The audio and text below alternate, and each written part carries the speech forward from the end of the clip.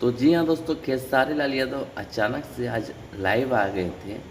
उसका main reason सिर्फ यही था कि पावर स्टार पवन सिंह का एक नया गाना आज से 2-3 दिन पहले आया था, जिस सॉन्ग का नाम था तू हमार देखा हम तहार देखी, और गाना चोरी का था।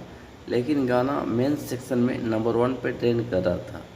तो उनके जो चाहने वाले थे वो कहने लगे बाप बाप होता है, बेटा बेटा होता है, खेसारी लाल यादव कुछ नहीं है, ये है वो, लंद फंद बहुत तरह की बात बोलना स्टार्ट कर दिए।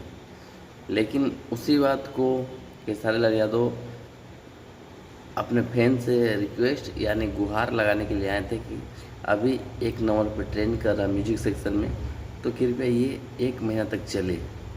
इसी का गुजारिश या रिक्वेस्ट करने के लिए खेसारी लाल यादव लाइव आए थे। बस अब देखना है उनके फैंस क्या उनको 1 महीना तक ट्रेंडिंग के मेन सेक्शन में रखेंगे 1 नंबर पे, या फिर वो पता नहीं। लेकिन उसी का रिक्वेस्ट करने के लिए वो आए थे, और बाद बाकी अब तो 1-2 दिन बाद ही पता चलेगा कौन है रियल हीरो। आपको क्या लगता है कमेंट करके ज़रूर बताएं।